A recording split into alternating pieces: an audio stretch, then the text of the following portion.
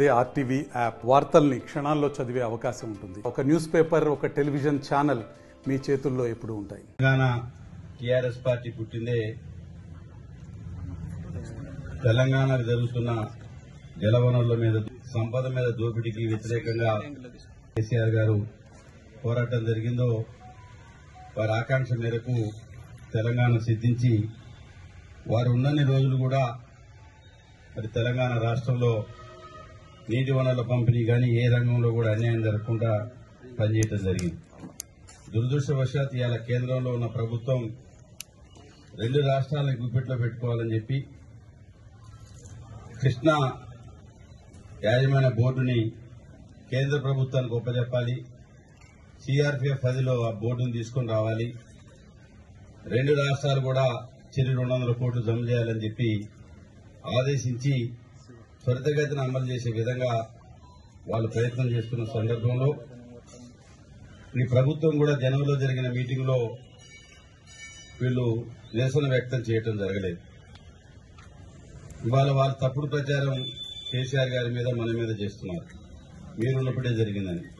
మనం ఉన్నప్పుడే జరిగితే మరి మన జనవరిలో మీటింగ్ ఎందుకు పెట్టారు? మనం ఆలోచించుకోవాల్సిన అవసరం ఉన్నది. దీన్ని బట్టే ఆ రోజు సుప్రీంకోర్టులో కేసు వేసి ట్రిబ్యునల్ ఏర్పాటు చేయాలి, ప్రత్యేకంగా రెండు రాష్ట్రాల ఆయకట్టుకు అనుగుణంగా కృష్ణా జలాల్లో వాటా నిర్ధారించాలని చెప్పి సుప్రీంకోర్టులో కూడా కేసీఆర్ గారు తెలంగాణ ప్రభుత్వం నుంచి ఆ రోజు కేసు వేయడం జరిగింది. మరి ఈ రోజు ఆకస్మికంగా ఆ తీసుకున్న నిర్ణయం వల్ల చుక్క నీళ్లు వదిలిపెట్టాలన్న కేంద్రం యొక్క దయాదాక్షిణాల మీద ఆధారపడాల్సిన అవసరం ఉంటుంది.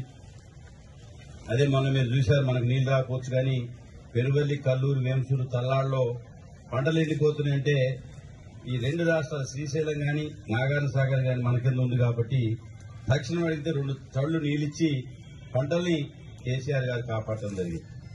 కానీ రేపు ఆ రకమైన పరిస్థితి ఉండదు. అందుకనే మనం వాళ్ళకి సంఘీభావంగా సత్తుపల్లి మండలం గోదావరి పరివాహక ప్రాంతంలో ఉన్నప్పటికీ మనం మీ దగ్గర బస్సులు గానీ ఏర్పాటు చేస్తే ఊరికి ఒక కారులో ముఖ్యమైన నాయకులు రావాలి, ఒక 30-40 కార్లు టౌన్ రూరల్ నుంచి అని చెప్పి ఈ రోజు మీ అందరికి తెలియజెప్పేదానికోసమే ఈ రోజు ఈ సమావేశం ఏర్పాటు చేయడం జరిగింది. మనం రాజకీయ జీవితంలో గెలుపోవటాలని స్ఫూర్తిగా తీసుకోవాలి. ఓడిపోగానే మనం కుంగిపోవాల్సిన అవసరం లేదు. గెలిచినప్పుడు అహంభావం, అహంకారంతో మనం పనిచేయాల్సిన అవసరం లేదు. ప్రజలిచ్చిన తీర్పుని మనం నమ్రతగా స్వీకరించి మన లోపాలని మనం సరిచేసుకొని భవిష్యత్తులో అవి జరగకుండా చూసుకోవాల్సిన అవసరం మనందరిపై ఉంది. బహుముఖ ప్రజ్ఞశాలి, బహుభాషా కోవిదుడు, ఆ వయసులో కూడా మరి ఉన్నప్పటికీ ముందు చూపుతో ఐటీ రంగం ఉండాలి, కంప్యూటర్ యుగమే రానున్నదని చెప్పి ఆశించిన గొప్ప వ్యక్తి మన తెలంగాణ ముద్దుబిడ్డ, తెలుగు జాతి గర్వకారణమైన పివి నరసింహరావు గారికి భారతరత్న ఇచ్చినందుకు కేంద్ర ప్రభుత్వానికి మనందరం ధన్యవాదాలు తెలియజేయాల్సిన అవసరం ఉంది. 13వ తారీఖున ఇది ఒక ప్రభుత్వానికో ఒక వ్యక్తులకో వ్యతిరేకంగా జరుగుతున్న ఉద్యమం కాదు, ఒక వ్యక్తిని టార్గెట్ జరిగే కార్యక్రమం కాదు. తెలంగాణ ప్రయోజనాల కోసం, ఇట్లాంటి భాష తెలంగాణ ప్రయోజనాల కోసం మన ప్రయోజనాలను గండి కొడుతూ లేని అధికారాల్ని మరి తీసుకొని ముందుకు రావాలనుకుంటున్న ఈ సందర్భంలో మరి కేసీఆర్ గారు ఈరోజు తెలంగాణకు జరుగుతున్న అన్యాయం మీద మొట్టమొదటిసారిగా ఒక పెద్ద ఎత్తున రైతాంగం యొక్క సమస్య మీద మనం తీసుకుని, ఇది రాజకీయ కోణం కాదు, ఇది రాష్ట్రానికి జరుగుతున్న అన్యాయం మీద చేస్తున్న ఈ కార్యక్రమంలో మనందరం కూడా కదిలి రావాలని చెప్పి విజ్ఞప్తి చేస్తూ 2 గంటలకి బహిరంగ సభ ఉంటుంది. అక్కడ 2:30 కల్లా మన జనాలు 3 గంటలకి స్టార్ట్ అవుతుంది.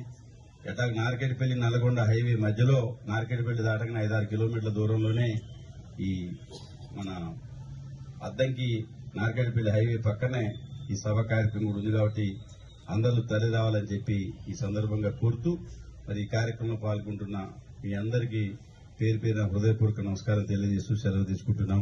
జై హింద్, జై తెలంగాణ.